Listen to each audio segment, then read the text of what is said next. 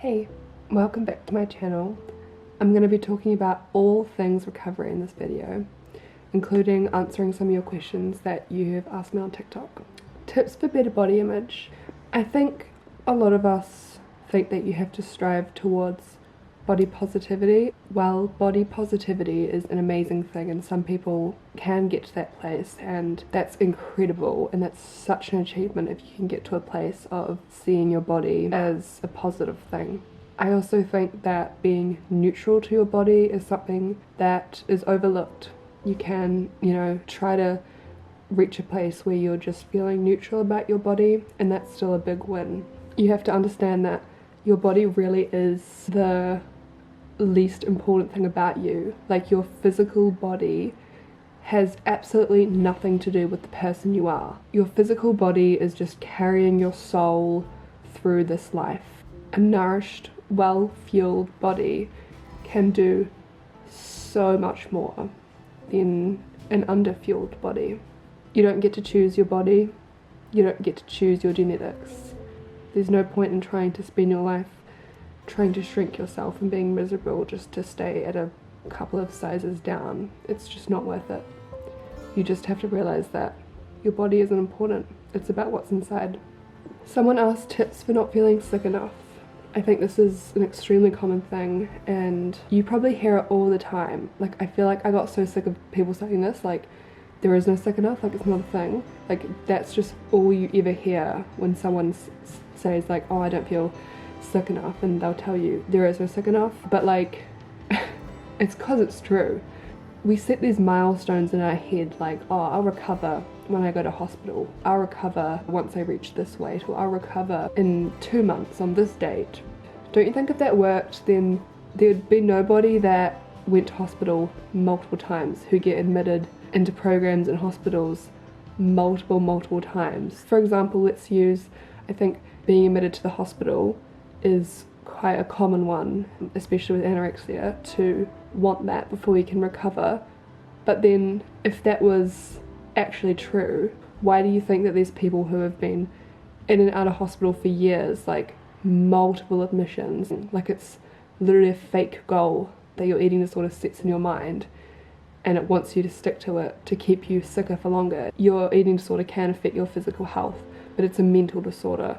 I think something that a lot of people don't talk about enough is that some people, their bodies will just be more capable to withstand a period of starvation compared to others. And that doesn't measure how sick you are. Everyone's body tolerates periods of starvation differently. You could be restricting way more than someone who is physically deteriorating and is about to reach hospital. And you could be literally restricting more than them, and you would be not even near hospital. If you are even having the thought of, am I sick enough to recover, then yes you are, because a healthy person would not want to get sicker before they can get better. It's literally like saying, oh, like, I've got the flu, but my flu's not that bad, like my friend also has the flu, and she's just got like a little bit more of a cough than I do, so like I don't deserve to recover from my flu, and I think I need to get worse, like my cough needs to get worse before I get better. You would not want that. Like, you are obviously unwell, you are obviously sick if you're in a headspace thinking that you're not sick enough. Like, you already are. So if you even have that thought pop into your head, then you're sick enough. There's your answer. I had a question about feeling like you're recovering too fast. There literally is no too fast in recovery. Like, it doesn't matter if you recover in 1 month or 10 years, like literally, like, it doesn't matter. Like, it's all individual to the person. I feel like the grass is always going to be greener on the other side, because if you're recovering too fast, then you're going to be like, oh, well, I'm just recovering too fast, was I really sick? But then if you take a long time to recover, you're going to compare yourself to others and be like, why am I recovering so slowly? Like, what's wrong with me? Like, am I not actually trying enough? Like, either way, your eating disorder is not going to be happy. Hey, coming to you with a little taste test. I just went to Just Jess Bougie Bakery because I've seen this bakery all over my social media, and I've had it on my list of places that I want to try for ages, and I finally went today. and I'm gonna give you a little taste test review, so have fun. I'll show you what I got. I got the Crookie, which is like a croissant cookie, and then I also got one of the NYC, just like the chocolate chunk, like I think it's like the original cookie. That looks so good. I'm so excited. Also, I got a little matcha. How cute is she? I actually love matcha, and this has vanilla in it, and this is probably the best matcha I've ever had in my entire life. I don't know if it's just because it has vanilla in it. I don't think I've ever had a matcha with vanilla in it, but like, this is probably the best matcha I've ever had in my life. It is so yum. Love it so much. Just delightful. Oh my god, I feel like this is going to be so messy. And then I might try the chocolate chip cookie, but I'll probably save the rest of it for later. So it's like a croissant, and then it's got like cookie dough on the top and cookie dough in the middle as well. How am I going to eat this? This is like really intense. Okay. I haven't got any of the cookie. That's so good. I wanted to try these like cookies for so long, like as soon as they came out, but I've just never got around to it. So I'm so glad that I finally got to try it. That's so good. Cookie taste test.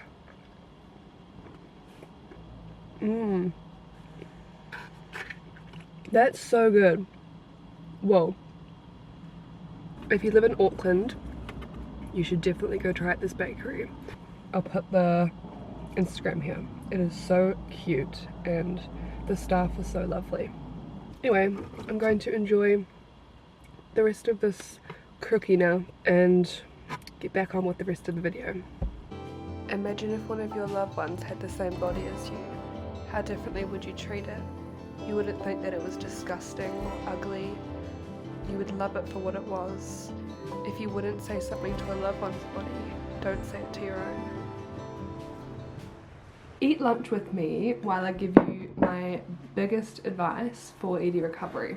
I have a note that just says my biggest advice for ED recovery, and it's just like a few bullet points of like, from my experience, the things that have helped me the most and my best advice that I could give if I only had like a few things to say to someone, because obviously I could talk to someone about recovery for hours. I have these 3 little mini wrap things, and they've got salami, cheese, lettuce and mayo in them, and then I have my beautiful leftover cookie. I'm very hungry, so I'm very excited to eat.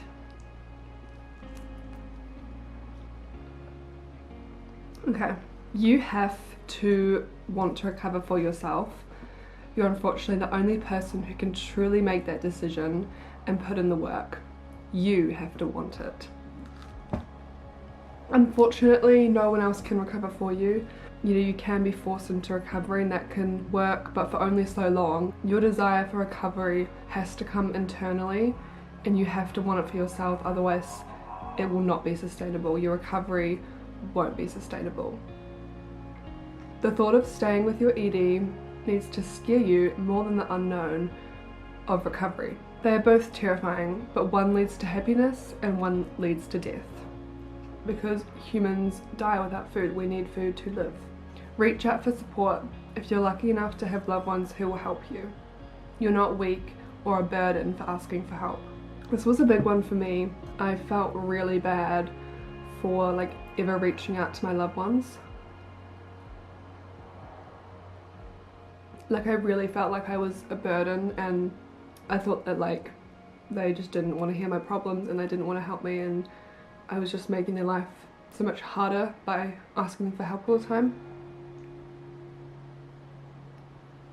But that's actually not the case, because if they are still in your life and still want to help you, then it means that they love you. Think about if one of your loved ones was struggling, you wouldn't think that they're being annoying if they asked you for help, and you would just want to support them in the best way that you could.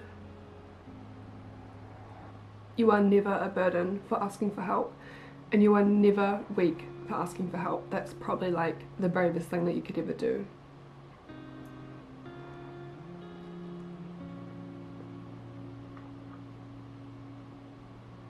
It's really hard to do like eat with me's because like I don't want to eat while I'm talking, but the whole point of it is I can eat with me so we can like, you know, you can grab food and watch this video and eat with me. Write letters from both sides of your eating disorder.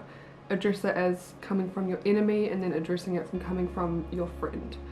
And this honestly helps so much because you write so to your eating disorder.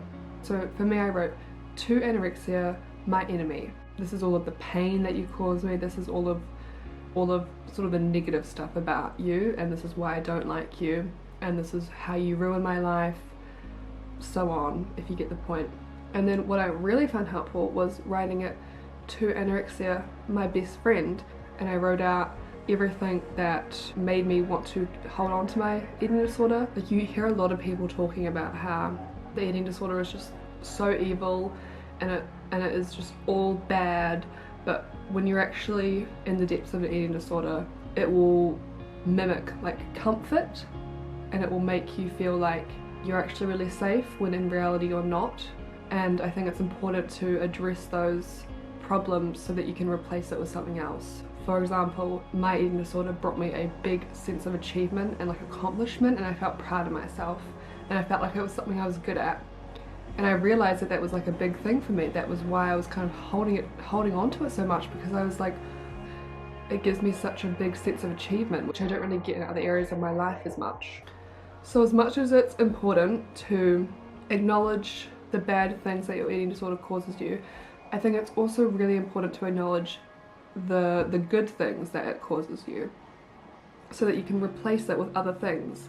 Like, yes, my eating disorder gave me a sense of achievement, but I can replace that sense of achievement with a healthy coping mechanism in my life instead of using anorexia to solve that lack of sense of achievement, if that makes any sense. See your ED as an abusive partner.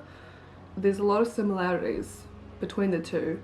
At the start, it feels really good and really amazing and awesome and like this incredible thing, and then like slowly its true colors will come out and your life will sort of turn miserable, but you feel like you can't leave them because of X, Y, and Z, and you come up with all these excuses in your head of why you can't leave them. It's literally the same with the eating disorder. Like, there's so many similarities between it. Like, you just have to realize that your eating disorder is like an abusive partner, and it feels safe and it feels comfortable and it feels scary to leave them, because sometimes they're good, but most of the time they're not good, but you're too scared to leave them. Have reminders on your phone, like in your notes app, and voice memos in your phone. This is genuinely one of the best things I ever did for my recovery. When I was unwell, I would make voice memos to myself during a moment in the depths of my eating disorder when I was feeling awful, so that my healthy self in recovery could listen back to it, remind myself of how miserable it is, and remind myself that I don't want to go back there.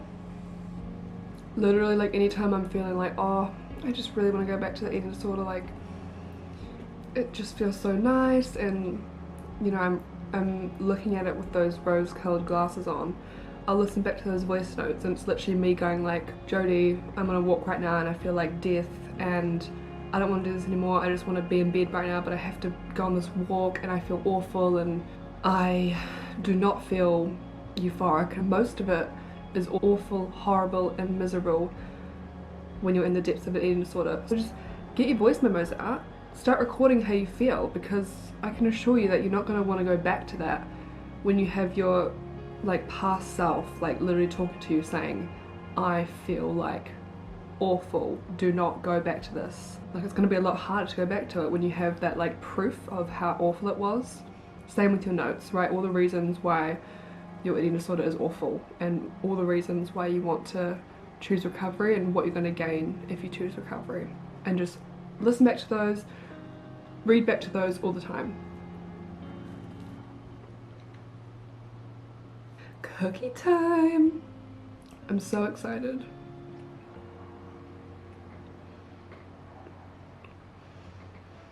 Oh my gosh. It's so good. I've tried like a handful of these type of like chunky chocolate chip cookies in Auckland, and this one's like different, and it's like really good. Like, It tastes really good. Like, it's not too sweet, but like it's just the right amount of sweetness, if you know what I mean. Oh my god. Recovery is so worth it. Like, I'm sorry. Recover for a chocolate chip cookie. Life can't get much better than this. People can only help you with the information you give them. Just know that if you withhold information from your treatment team or therapist or your doctors, like, people can only help you with the information you give them. If you want full recovery and you want a full and free life, you have to be honest and you have to let people help you. I'm all finished.